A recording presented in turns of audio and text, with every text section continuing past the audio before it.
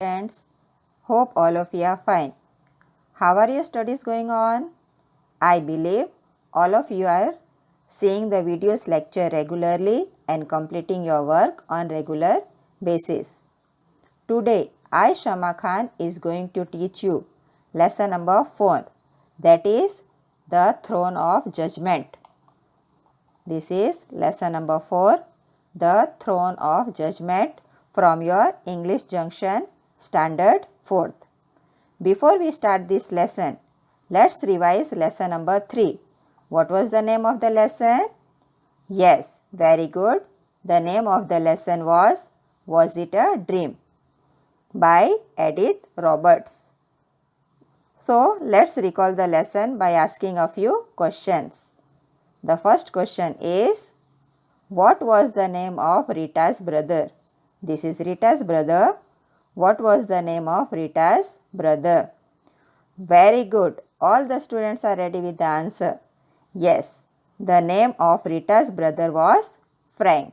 Good. Now the second question is, what were they doing in the woods? वो woods में क्या कर रहे थे? Very good. Very nice response. The Rita was gathering flowers. This is the flowers, bunch of flowers she has collected. Rita was gathering flowers and Frank sat by the stream with his fishing rod to catch the fish. Very good students. सबने अच्छे से lesson समझ लिया है. Very good. Now the third question. Why was Rita pleased in the end? Means why she was happy at the end of the lesson? Yes, all the answers are correct. Rita was pleased in the end because the little fish had escaped. It was able to escape from Frank fishing rod. Very good. So, all the students have understood lesson number 3 very nicely. So, now let's start lesson number 4, that is the throne of judgment. So, before we start the lesson number 4, the throne of judgment, let's see the animated video about the woodcutter and the fairy. This is the warm-up exercise, so you can understand it very nicely, the lesson. So, let's see the animated video about the woodcutter and the little fairy.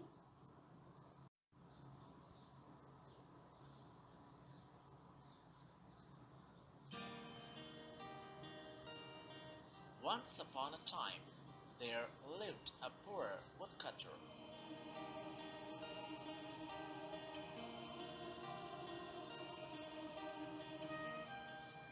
One day, he was cutting wood on a river bank. Accidentally, his axe fell into the river.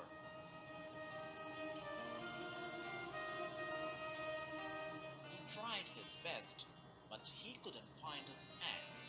He started to weep.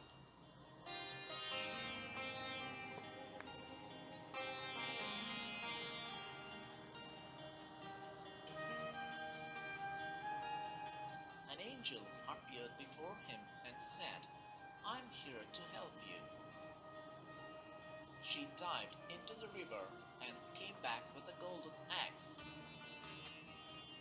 The woodcutter said, "No, it's not mine."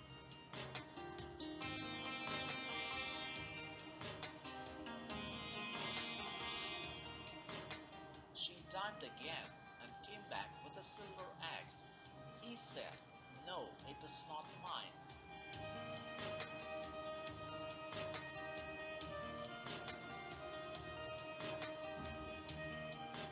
Third time, the angel came with an iron axe. He wiped his tears and said, "Thank you so much. This is mine." The angel was pleased with his honesty and happily gave all three to him. Moral: be honest. So, बताइए कैसी लगी आपको warm up story? Tell me students. अच्छी लगी ना? Okay, so let me ask a few question related to the same.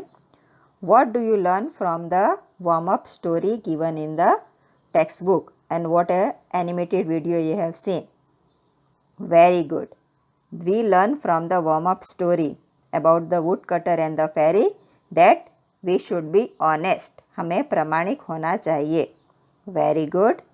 Now, what kind of person was the woodcutter? Yes, very good. Correct. The woodcutter was a very honest man.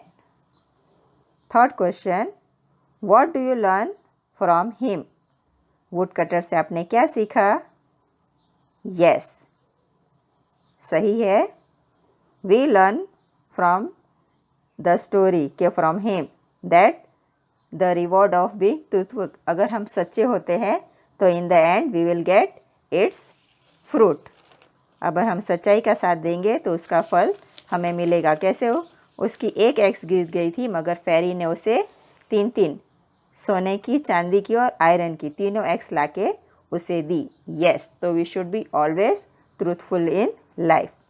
So now let's start lesson number 4, the throne of judgement. तो lesson को अच्छे से समझने के लिए पहले हम glossary समझ लेते हैं.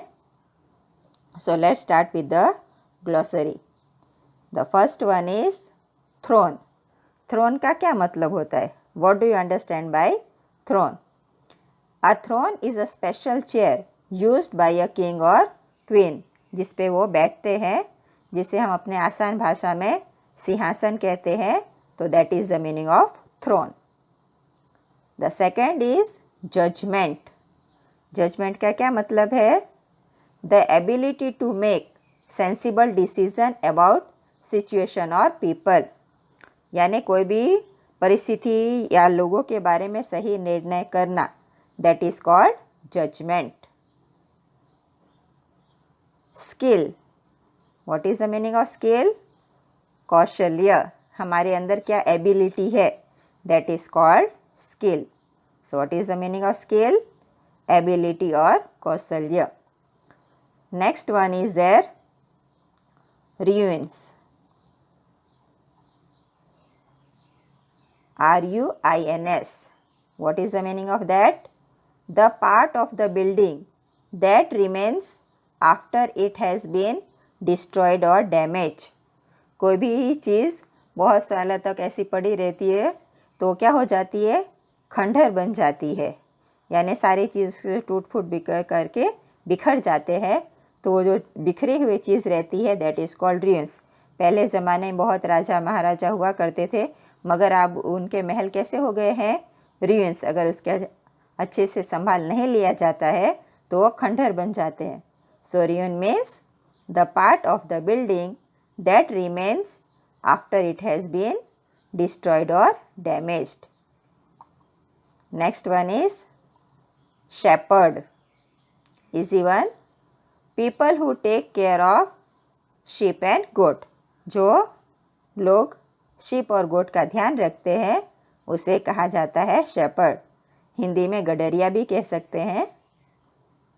Sixth one, graze. What is the meaning of graze? To eat grass by cattle. Cattle means कोई भी एनिमल हो सकता है. Cow, buffalo, goat, sheep, anything. तो वो जो घास खाते हैं उसे कहते हैं हम graze. Seventh one, well known. Well known का क्या मतलब होता है? प्रसिद्ध, means famous. What is the meaning of well known? Famous. Very good. Next one, palace. ये तो इजी है. महल, जिसमें राजा महाराजा रहा करते हैं, that is called palace. Next one, ninth one, mound. Means a small hill. Means छोटा सा ऐसे मिट्टी का, ज़्यादा मिट्टी जमा हो जाती है तो उस एरिया को हम कह सकते हैं टीला. थोड़ा ऊंचा ज़मीन का भाग जिसमें मिट्टी जमी हुई होती है, that is called mound. Tenth one, quarrel. दो लोगों के बीच में जो झगड़ा होता है उसे कहते हैं क्वारल, झगड़ना. Between the two people. Quarrel means झगड़ना between the two people. Next one is 11th number, complaints. Means reason for not being satisfied. Means किसी चीज़ से संतुष्ट नहीं होना. हम किसी चीज़ पे अड़े रहते हैं और उसके बारे में बार बार आर्ग्यू करते रहते हैं. That is called complaints. Complaint means reason for not being satisfied. Next one is there courtiers. Means राजा के दरबार में जो लोग होते हैं उसे कहते हैं दरबारी. कोर्टियर्स मीन्स दरबारी. 13th number treasures. Treasures means reaches. बहुत से सोने चांदी ज़ेवरात, उसे हम खजाना भी कह सकते हैं. तो ट्रेजर मीन्स खजाना. 14th number workman. मीन्स जो लोग काम करते हैं उसे कहते हैं मजदूर भी कहा जा सकता है. वर्कमैन मीन्स मजदूर. Next one is there angel. Angels means परी. एंजल मीन्स परी. Okay. And the last one is worthy. Means deserving. वो उसके लायक है या नहीं. सो वर्दी मीन्स डिजर्विंग. अब आपने ये पूरी ग्लॉसरी समझ ली है. So now we can easily move on to the chapter. आसानी से आप ये चैप्टर समझ पाएंगे. तो पहले हम देख लेते हैं कि आपने इस स्टोरी के बारे में क्या सोचा है. So here first is there. आप लेसन के हेडिंग से आपने क्या समझा. What do you think the story is about. ये स्टोरी किस बारे में हो सकती है. तो इसमें लिखा है जजमेंट. तो इट इज़ अबाउट जजमेंट. न्याय के बारे में है. It is not just judgement और थ्रोन. सिर्फ वो उसके महाराजा के सिंहासन के बारे में नहीं है, मगर वो सिंहासन पे बैठ के कैसा न्याय दिया करते थे. About that it is there. Whose throne would it be. तो वो किसका सिंहासन हो सकता है. यस, वो it could be the throne of wise king who gave correct judgement to his people. Yes, तो वो सिंहासन ऐसे राजा का था जो हमेशा अपने प्रजा को सही न्याय दिया करता था. आए समझ में.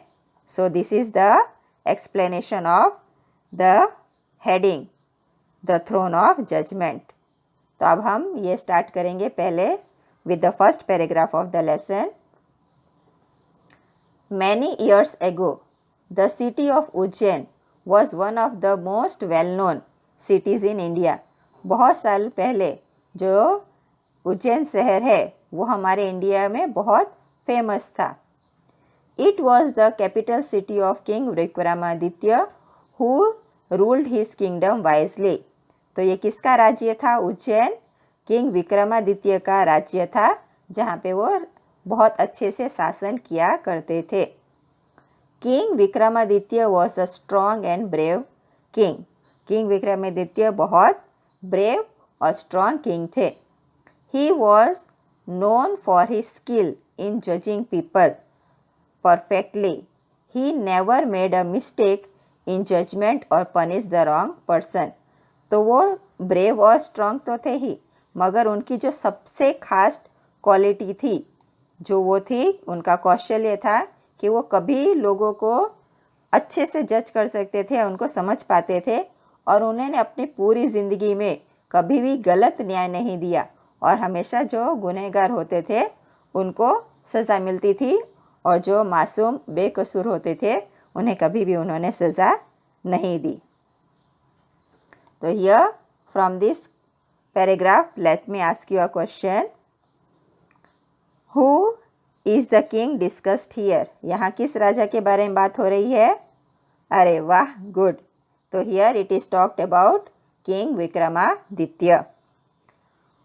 What was great about him? उसके बारे में क्या विशेषता थी. Yes, तो his great quality was there to make the correct judgment. वो हमेशा सही न्याय किया करते थे. That was his speciality. Why was he popular? वो इतने प्रसिद्ध क्यों थे. Yes because of all his good qualities. तो उनमें क्या क्या गुड क्वालिटीज़ थी? He was very strong, brave and he always जज द पीपल परफेक्टली। और उन्होंने अपनी पूरी ज़िंदगी में भी कभी भी किसी को भी गलत न्याय नहीं दिया। Now let's start with the second paragraph. After he died there were many kings who ruled Ujjain. However, his palace and other buildings slowly became ruins.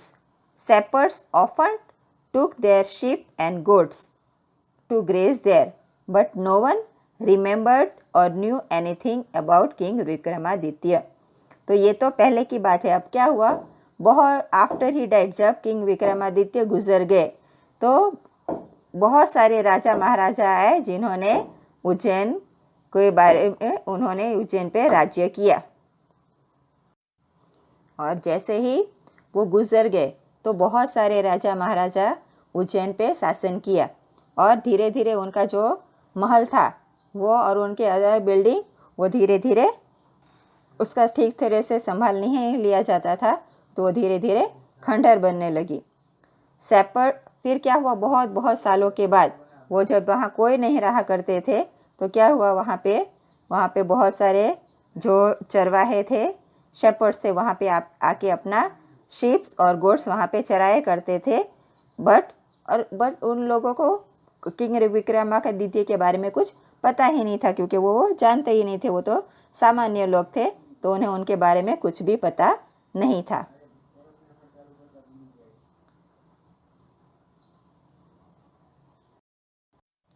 तो अब यहाँ से लेसन स्टार्ट हो रहा है एक्चुअल में। One day a shepherd boy was sitting on a mount in a field. The two of his friends were fighting with each other. He called up to them, don't fight, tell me what was your quarrel is about, and I will help you to settle it. The two boys stopped fighting and went to him. He listened to their complaints and solved their problem. Both boys were happy with his solution. तो क्या हुआ कि एक दिन वो राजा विक्रमादित्य का खंडर था, वहाँ पे जब ये शेपर्ड्स वहाँ पे अपने भेड़ बकरियाँ चराने आया करते थे, वहाँ पे ये दो शेपर्ड्स आपस में झगड़ने लगे। तो एक लड़का जो यहाँ पे माउंड पे बैठा हुआ था, उन्होंने उन दोनों को रोका और कहा कि क्यों झगड़ रहे हो, कम हियर, क्या बात है, tell me the full story. तो इन दोनों शेपर्ड्स ने इस शेपर्ड्स को अपनी पूरी बात बताई, और वो बच्चा तब यहाँ पे माउंट के ऊपर बैठा हुआ था। तो उनकी पूरी बात समझने के बाद उन्होंने इस लड़के ने शेपर्ड ने उन दोनों को अच्छे से करेक्ट जजमेंट दिया, और दोनों बच्चे अपना झगड़ा भूल के दे बिकेम फ्रेंड्स। और अच्छे से उन्होंने जो न्याय दिया वो करेक्ट, वो उन्होंने समझ लिया कि दिस इज़ करेक्ट, और दोनों एक दूसरे से गले मिल के वापस फ्रेंड्स बन गए। सो दे बिकेम फ्रेंड्स अगेन। अब देखते हैं आगे क्या हुआ। From that day on, the boys always went for help. The shepherd boy sat on the same mount and never made a mistake. तो क्या हुआ? उस दिन के बाद से हमेशा लोग उसके पास आने लगे कोई भी सलाह सूचन लेने के लिए, और वो शेपर्ड लड़का जब भी उस माउंट पे बैठता था तो उसने कभी भी भूल नहीं की, हमेशा वो सही न्याय दिया करता था। Soon people from other villages and towns got to know about the wise shepherd boy. धीरे धीरे ये बात आग की तरह फैलने लगी और इस शेपर्ड बॉय के बारे में सब जानने लगे, और लोग दूर दूर गांव से उसके पास न्याय मांगने आया किया करते थे। They started bringing their problems to him and went satisfied. तो जो भी उनकी समस्या होती थी वो विस्तार में इस शेपर्ड बॉय को बताया करते थे, और वो एकदम सही न्याय करके उन्हें दिया करता था। दोनों पक्ष खुश होके वहाँ से निकला करते थे। चलो, तो now let's first will try to understand this one by asking a few question. तो what is special about the shepherd boy? Shepherd boy की क्या स्पेशलिटी थी? यस, कि ही वॉज वेरी वाइज, वो बहुत वाइज था। गुड। दूसरा question, is he wise because he set on the mount? क्या ये ऐसा था कि वो जब टीले पे बैठता था तभी उसमें वो शक्ति आती थी? Yes, correct. If it is on the mount then anyone who can sit on the mount can make judgement. तो आप क्या सोचते हो उसके बारे में कि वो जब टीले पे बैठता था तभी वो सही न्याय कर पाता था? तो वो बॉय की स्पेशलिटी थी या वो जो टीले पे बैठता था उसकी स्पेशलिटी थी? ये आंसर सोच के रखिए। अच्छा, you are knowing the answer. ठीक, तो let's will try to solve the answer. Yes, तो one is there, the boy shepherd boy was also very wise, और वो उस माउंट के ऊपर भी कुछ शक्ति थी जिसकी वजह से वो हमेशा करेक्ट जजमेंट दिया करता था। चलो, now let's move on to the next paragraph. After some time king Bhoj heard about the little boy. He told his courtiers, the shepherd boy sits on the mount and solves problems. तो ऐसी बात कहीं छुपा नहीं करती है। तो ये जब उस समय के जो राजा थे किंग भोज, उसके बाद उनके पास ये बात पहुंची शेपर्ड बॉय के बारे में। उनके दरबारियों ने राजा को बताया कि एक शेपर्ड है जो हमेशा एक टीले पे बैठता है और कोई भी समस्या होती है उसका वो आसानी से उसका समाधान कर देता है। I think king Vikramaditya's throne must be buried under the mound. That is why the boy doesn't make any mistake. और राजा भोज को तो पूरी बात पता थी, वो राजा थे, तो इसलिए उनको तुरंत स्ट्राइक हो गया कि मुझे लगता है कि किंग विक्रमादित्य का सिंहासन वो वहाँ पे टीले के नीचे दबा हुआ होगा और इसी वजह से वो लड़का इतने अच्छे से कोई भी न्यायिक जजमेंट पास कर पाता है। तो तुरंत the next day king Bhoj sent his man to dig up the mount. तो उन्होंने क्या किया, दूसरे ही दिन उन्होंने अपने सभी दरबारियों को, मजदूर को वहाँ टीले के पास भेज दिया और वो जो टीला था उसको खोदने का आदेश दिया। They dug the ground and discovered the treasure. तो उन्होंने ध्यान रख के वो पूरा ज़मीन वहाँ जो टीला था उसको खोदा और उन्हें क्या मिला, उन्हें वहाँ एक खजाना मिला। क्या खजाना था? द ब्यूटीफुल मार्बल थ्रोन, पूरा संगमरमर का बना हुआ सिंहासन। और आपको पता ही चल गया होगा किसका सिंहासन था वो? वेरी गुड, वो किंग विक्रमादित्य का सिंहासन था। 32 stone angels with their wings spread carried the throne on their shoulder. तो उसमें क्या स्पेशलिटी थी कि उसमें 32 सोने की परियां जड़ी हुई थी जिसके पंख फैले हुए थे और वो जो सिंहासन को अपने खंबे पे लेके उड़ रही है, ऐसा पूरा उसका नक्काशी था उसमें। चलो आगे बढ़ते हैं। The workman dug it carefully and carried it to the king's palace. तो सारे जो मजदूर हैं उन्होंने एकदम अच्छे से ध्यान रख के उसको खोदा और वो जो सिंहासन है किंग भोज के पास, महल के पास लेके गए। King Bhoj was happy and excited. तो वो किंग विक्रमादित्य, उनकी क्वालिटीज़, उनकी विशेषता के बारे में सब कुछ पता था, इसलिए वो बहुत खुश हो गए और बहुत एक्साइटेड हो गए। व्हाट अ ब्यूटीफुल थ्रोन, वाह कितना आलिशान सिंहासन है। I shall sit on it, pass judgement and never make a mistake, he thought happily.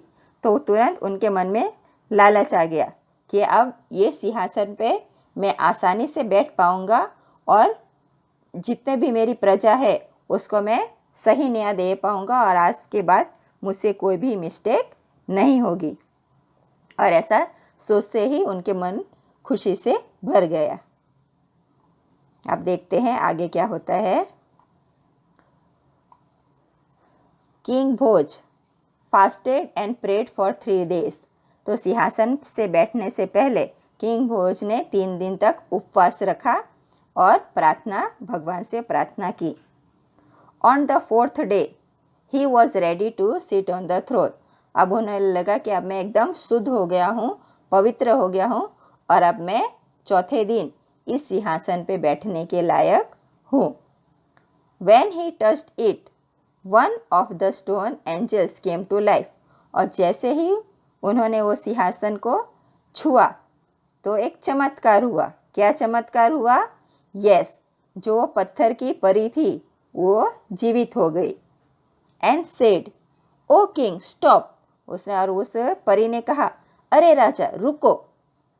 Do you think you are worthy to sit on king Vikramaditya's throne? तो उसने क्या राजा से सवाल किया, क्या आप लगता है कि आप इस सिंहासन पे बैठने के लायक हो? किंग विक्रमादित्य के सिंहासन पे बैठने के लायक हो? क्या आपको ऐसा लगता है? Have you never wanted to rule over your kingdoms? तो आपको ऐसा नहीं लगता कि आप इसके लायक हो या नहीं? आपने हमेशा ऐसा नहीं चाहा कि हाँ मैं अपने प्रजा पे अच्छे से राज करूँ और ये करूँ? तो आप में तो ऐसी लालच नहीं जागी है, तो आपको लगता है कि आप इसके लायक हो। King Bhoj thought for a while and answer sadly. तो थोड़ी देर राजा भोज ने थोड़ा सोच विचार किया और फिर एकदम सही उत्तर दिया, no I am not worthy. तो उन्होंने क्या किया कि ना, मैं इस सिंहासन पे बैठने के लायक नहीं हूँ। Fast and pray for another 3 days then. तो set the anger threw away. तो फिर परी ने क्या बताया कि अगर आपको इसके लायक बैठना है तो वापस आप 3 दिन के लिए उपवास रखिए और भगवान से प्रार्थना करिए ताकि आप इस सिंहासन पे बैठने के लायक हो पाए। फिर आगे क्या होता है? ऐसे करते करते क्या हुआ? 90 days passed away like this until only one angel was left. तो ऐसे करते करते 3 दिन करते हुए पूरे 19 पूरे हो गए। और अब और जितनी बार भी राजा भोज उसको छूने जाते थे हमेशा एक एक करके एक एक परी वहाँ से निकलती गई और सिर्फ लास्ट में अब एक ही परी बाकी थी। King Bhoj thought this angel would allow him to sit on the throne. तो अब उसे लगा कि अब एक लास्ट ही परी बाकी है तो वो मुझे ज़रूर इस सिंहासन पे बैठने देगी। But the angel asked, oh king is your heart pure like the heart of the shepherd? तो उस लास्ट वाली परी ने भी कहा, क्या सवाल किया कि आपको लगता है कि आप वो शेपर्ड बॉय जो वो टीले पे बैठता था उसके जैसा आपका दिल पवित्र है, शुद्ध है? Only it is you will be worthy to sit on the throne. तो लास्ट वाली ने परी ने कहा कि अगर आपका दिल इतना शुद्ध हो, पवित्र हो जैसा उस शेपर्ड बॉय का था तो ही आप इस सिंहासन पे किंग विक्रमादित्य के सिंहासन पे बैठने के लायक हो। The king thought for some time and answered truthfully, no it is not.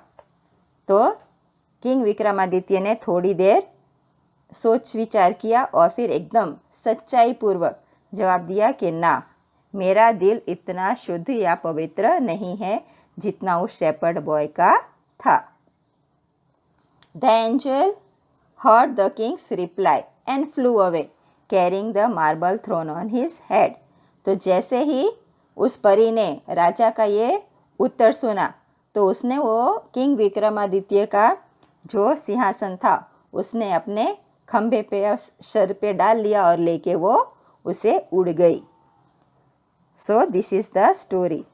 Now students tell me कि ऐसा क्यों हुआ, what was the reason behind it, कि ये परी वो सिंहासन को लेके उड़ गई और किंग भोज को उसने सिंहासन पे बैठने क्यों नहीं दिया। अब ये आपको बताना है what is the reason behind that. और वो जो शेपर्ड बॉय था वो क्यों लायक था उस सिंहासन पे बैठने के और वो हमेशा सही जजमेंट क्यों दे पाता था। यस, थोड़ा सोचिए फिर हम आंसर डिस्कस करते हैं इसके बारे में। यस, आंसर्स करेक्ट आ रहे हैं। द शेपर्ड बॉय वो उस लायक था क्योंकि उसका जो दिल था वो शुद्ध था उसको कोई भी लालच नहीं थी सिंहासन पे बैठने के लिए। वो पूरी तरह शुद्ध था और वो हमेशा दूसरे की भलाई चाहता था। इसकी वजह से he was able to sit on king Vikramaditya throne. And और ये जो परी है उसने राजा भोज को क्या सबक सिखाया, क्या उसने कहा? तो इस परी ने राजा भोज को ये पाठ सिखाया कि हम भी उसमें से सीख सकते हैं कि one must always be worthy of what one gets, कि हम जो हमें मिला है हम उसके लायक होने चाहिए। करेक्ट, हम उसके लायक होने चाहिए। और लायक के में सबसे जो ज़्यादा ज़रूरत है एक राजा के लिए वो क्या होना चाहिए कि उसका दिल एकदम शुद्ध, पूरी तरह पवित्र होना चाहिए, उसमें कोई भी लालच नहीं होनी चाहिए। और किंग भोज में क्या लालच थी कि वो किंग विक्रमादित्य की तरह बनना चाहते थे, उसमें एक लालच जगी हुई थी। तो लालच से कभी भी कोई चीज़ का हल नहीं निकलता।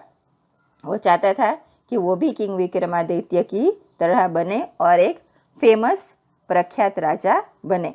मगर ये जो शेपर्ड बॉय था उसके दिल में कोई भी लालच नहीं थी, वो एकदम दिल का शुद्ध था। इसकी वजह से वो कोई भी जजमेंट दे पाता था। और किंग भोज के दिल में लालच बैठ गया था प्रसिद्ध होने का, आगे बढ़ने का। इसकी वजह से वो परी ने उसे समझाया कि वो इस सिंहासन, किंग विक्रमादित्य के सिंहासन पे बैठने के लायक नहीं है। आए समझ में? Yes. So this is the story कि हमें जीवन में कुछ भी हासिल करना है तो उसके लिए हम हार्ड वर्क तो ज़रूरी है ही, मगर सबसे पहले जो ज़्यादा ज़रूरत है वो है कि हमारा दिल अंदर से वो एकदम शुद्ध पवित्र होना चाहिए। किसी के लिए भी ईर्ष्या, द्वेष वो सब नहीं होना चाहिए, लालच पैदा नहीं होनी चाहिए, तभी हम किसी का भला कर सकते हैं। तो वो शेपर्ड बॉय के दिल में कोई भी लालच, द्वेष नहीं था, इसलिए वो आसानी से किंग विक्रमादित्य जो इतने महान राजा थे उसके सिंहासन पर बैठ पाया। और ये किंग भोज भले एक राजा थे मगर उनके दिल में लालच थी प्रख्यात, फेमस बनने के लिए, और अपनी लालच की वजह से वो ये किंग विक्रमादित्य के सिंहासन पर बैठ नहीं पाए। तो भले बाय बर्थ आप राजा बन जाओ, मगर उसके लायक बनने के लिए जो सबसे ज़रूरत चीज़ है वो है हमारी दिल की शुद्धता। तो हमारे दिल से हमें शुद्ध होना चाहिए और कोई भी प्रकार का लालच हमारे मन में नहीं होना चाहिए। Clear students? Thank you for watching.